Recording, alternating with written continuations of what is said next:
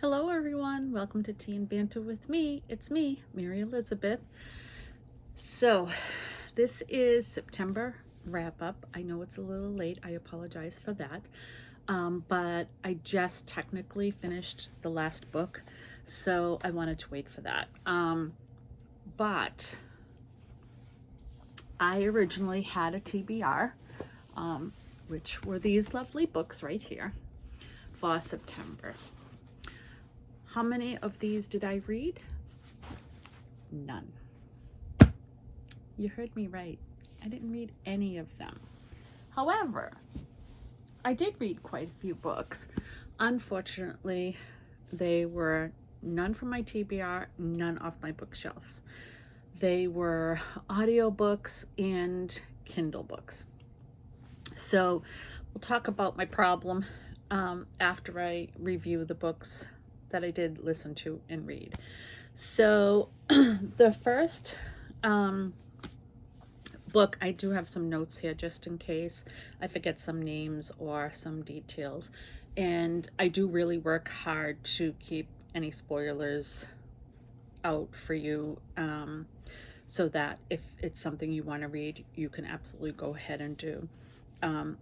So the first book I read on Kindle was Don't Kiss the Bride by Carrion Cole. And this is a slow burn age gap romance. Skylar is in high school, the end of high school, she's 18. And then Jude is, I think, 18 years older. Don't quote me on that. I can't remember. This book I really enjoyed. Like I said, it is a slow burn, but I really found it interesting because it delved into some mental illness, but it was a topic that I wasn't too familiar with, and one of the topics was hoarding. And so Skylar was currently living with this situation with her mom, who has the illness of hoarding, and as a result, the book, I guess, to me kind of showed more as to how it affects the people around the person with the illness of hoarding. So it didn't necessarily address dealing with the person with hoarding.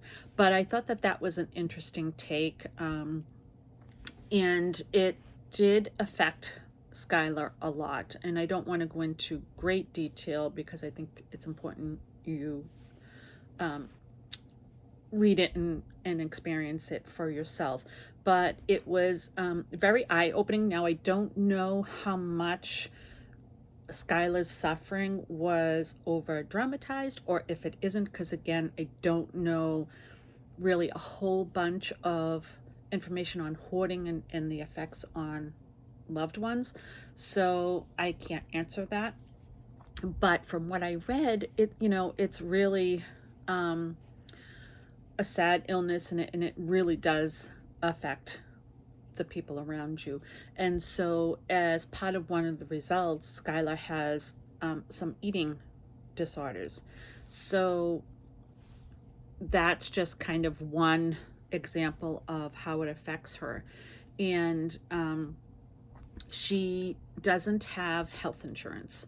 So the premise of the story is she ends up becoming naturally really ill with her problem of eating, and she passes out in the parking lot, and that's how she meets Jude. And Jude helps her, gets her, settled and to the doctors and all of that. Well, she doesn't have health insurance, and again, I'm summarizing, I'm not giving the details leading up to this and that. So but in the end, he offers to marry her so that she has health insurance. And he is very clear from the beginning that's his only intent, is to do that to help her with her situation and get her on her feet and healthy, and because he does end up seeing her live in an environment as well. So he really generally wants to help her. And that really begins their story of, of their love. So I really, really enjoyed it. I thought it was a sweet story. The struggles that go along. It was very interesting to learn about the eating struggles, and what caused that, and how it was being dealt with, and how he dealt with it in helping her. Very good book. I really enjoyed it. So I recommend this book if anyone is interested in an age gap slow burn with mental health topics on hoarding and eating disorders. So I will leave a picture of the book next, and we'll go from there.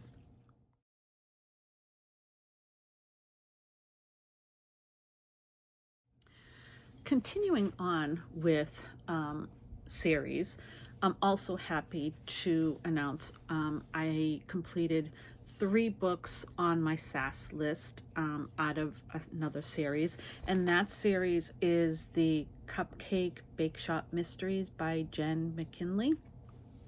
So I read 3 of the books. The first one is, so the beginning synopsis of this book is there are 3 friends, Tate, Mel, and Angie. And Angie and Mel open up a fairy tale cupcake bake shop. Tate is kind of like a side partner. He is invested in the business. And so it is about these 3 and running the cupcake shop. But naturally, murder happens. So the first book is Sprinkled with Murder, and this is about Tate's fiance, who ends up being murdered, but Mel and Angie have to really try to solve this murder because she is found dead with a cupcake in her hand. And so Mel and Angie are under suspicion for the murder of Tate's fiance. So it was really good. I really enjoyed it. I have to say, I think Mel would be considered the lead of the series, but I absolutely love Angie. She comes from a family of 7 brothers, and she is the only girl. She is just rough and tough and ready to roll. I just love her. She is one of my favorite characters. But it is a really good series, and this was, I did not guess. I guessed who the killer was towards the end. But there are a lot of great characters that continue to get introduced, and the cupcake descriptions, sounds so good. So I highly recommend that. The Bride was definitely a bridezilla.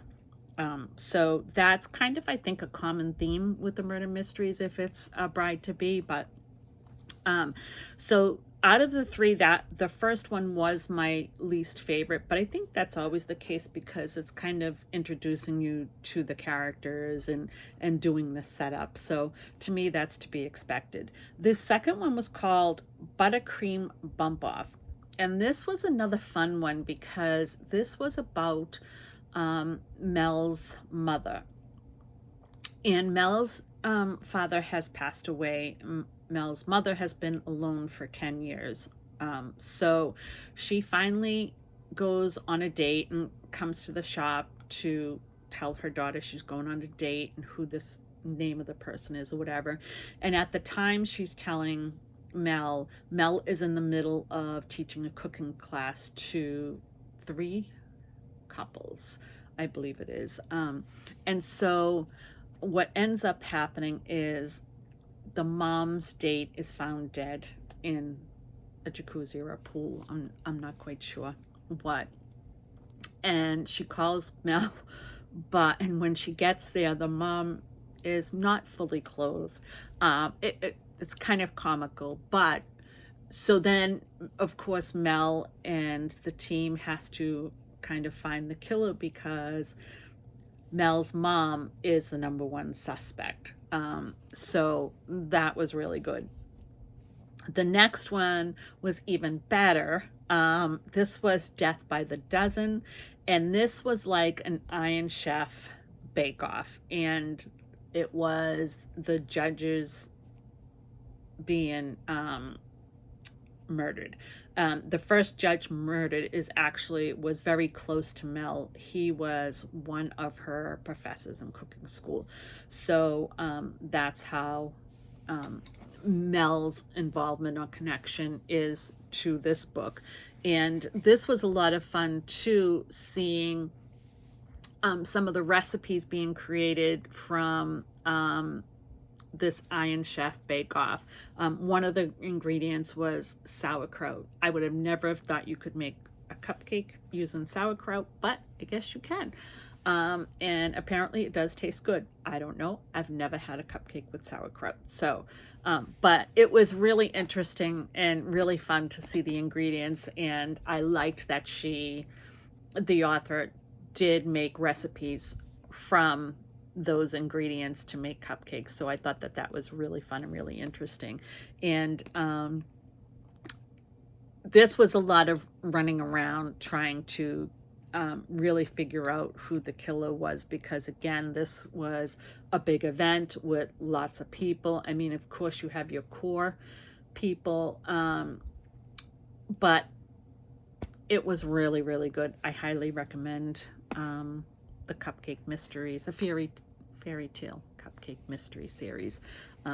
They are a lot of fun. Again, my favorite so far was Death by the Dozen for the Iron Chef Bake Off alone. I mean, I don't even think I would have cared if there was a murder in it. I really enjoyed the challenge of the Bake Off and what the contestants ended up making with the ingredients. That was really a lot of fun to read about. So that's 3 more down in one of my series. So although I didn't read from my TBR, at least I did address 2 series in my SAS binder, which I am happy about. So again, I'll put a picture of those 3 books here, and then we'll move on to the next.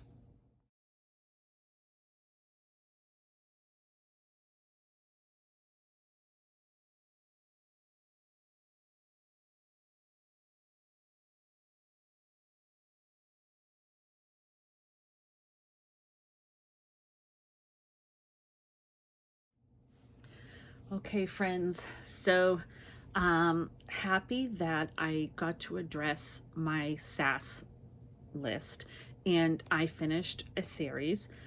It is the Devil's Night series by Penelope Douglas, and this series, it is about 4 rich high school boys, Michael, Kai, Damon, and Will. And they are athletes, and they kind of have, I would say, the run of the town, so to speak. So it is the night before Halloween, and it has been named Devil's Night. And these 4 are known to create havoc on Devil's Night, do pranks, all kinds of things, but it could never be proven that was them, because they all have masks that they wear, even though people know it's them. So the story of this series is what happens in this Devil's Night. And as a result of this Devil's Night, 3, Kai, Damon, and Will, end up going to prison. And so the story really takes off that after the 3 of them come out of prison, it's about revenge, and what these 4 really sit down and plan out how they're going to take a revenge on this one girl who basically is the one who put them in jail. At least that's their thought, and they're going to ruin her. And so the first book is about Erica. Now I'm sorry, I did take some notes. 1, 2, 3, 4, 5, 6. There's 6 in the series. I read all 6. Highly recommend them, by the way. But I'm going ahead. So in this, each book can be read alone. So the story does finish for each character. Each book is about one of the boys.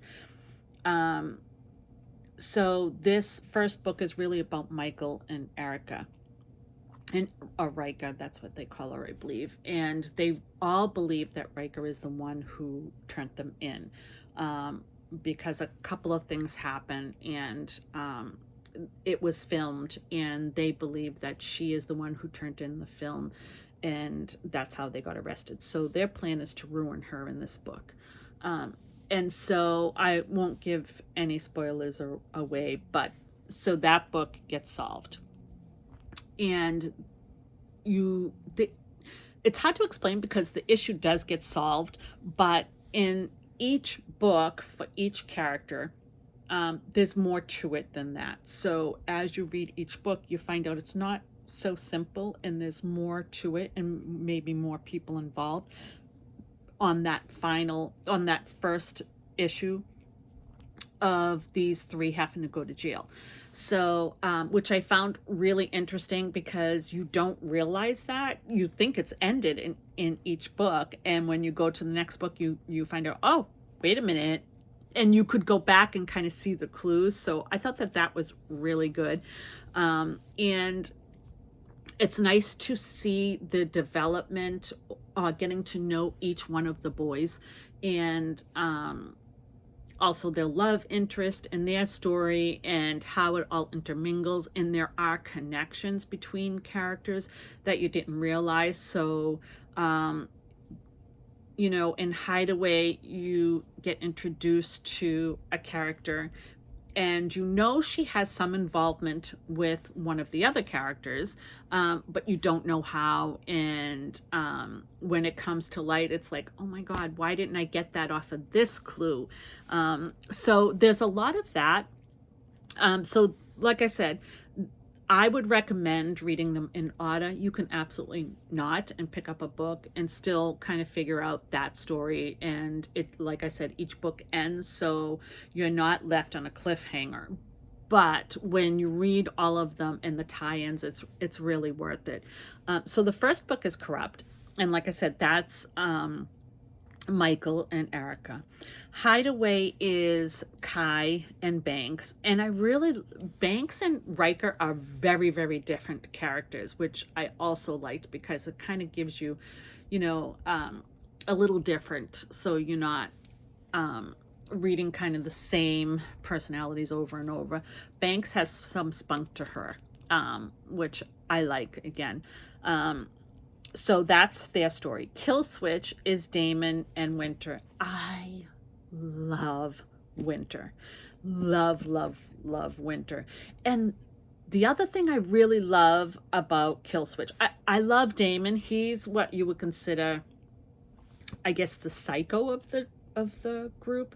But the more you learn about him, the more you love him anyway. And what I love about Winter is she has, a part of my ignorance, if it's not the correct term, but she does have a disability. She is blind. But I loved that inclusion. I loved the story. I loved seeing how strong she was. And, it talks about what she does, and how she survives. And Damon, who is kind of the psycho, their relationship is just love it, love it, love it. And so after Killswitch is Conclave. It's a novella, and it's not the best, but I think you need it in order to go in. It kind of sets up for Nightfall.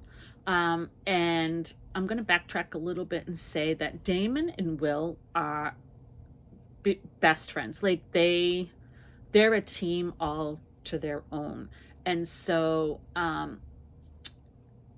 Will goes missing, and Conclave is kind of figuring out where Will is, how they're going to get him back, things like that, and some other issues that they need to solve. And so they go on this boat in order to not be away from each other and solve their problems, which I thought was really cool.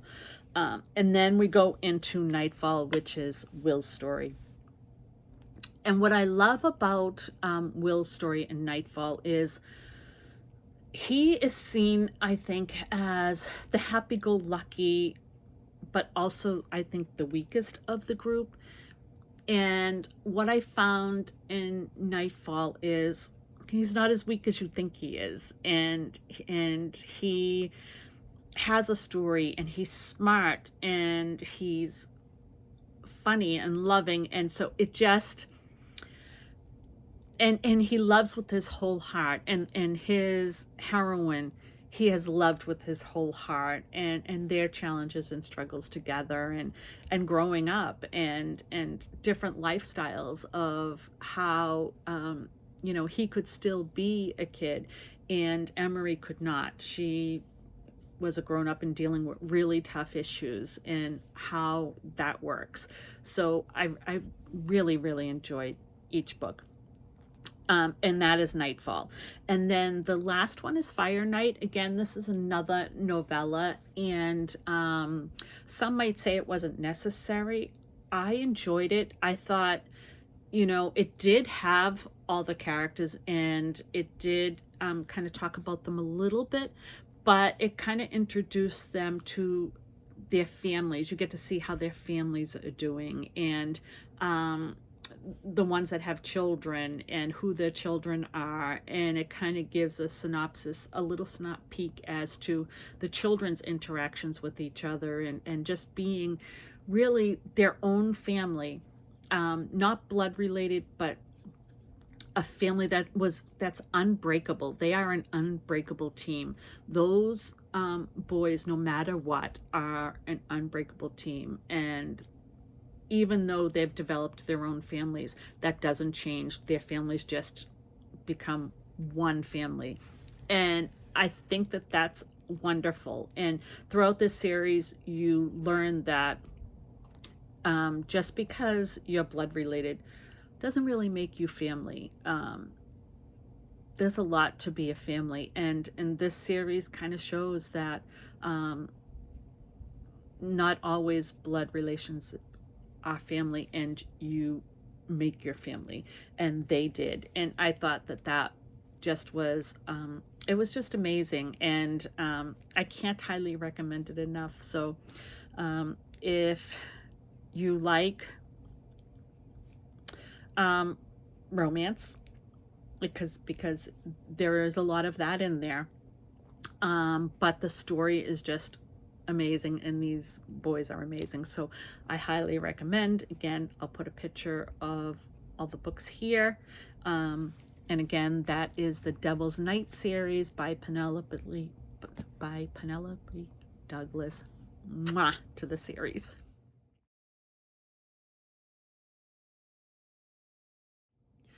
So in all, I read 10 books. Not bad. Because in addition, I have also read, I think I have 2 chapters left of The Descent of Elizabeth Frankenstein for our BB&B club. So once that's finished, that will be for the end of this month. But I'm almost done with that book. So 10 books, not too bad. But what I think I need to do is create a TBR card, and I really need to be taking off the TBR card to start reading the books that I have, because there are books that I want to read, and it's starting to get overflowing. I don't even know how many books I have that on my shelves that I have not read yet, which needs to be addressed. So I think I'm going to work on that, and on my next video, I'll show you that, and go from there, because I also need to reorganize my space. It is very small, so I'm trying to think creatively how to arrange it so it's usable but comfy, because that's the way I like it. So yeah. So until next time, I hope that you are all safe, and I hope you are all loved, and I hope you get to read some of my recommendations, and I hope you like them. Bye.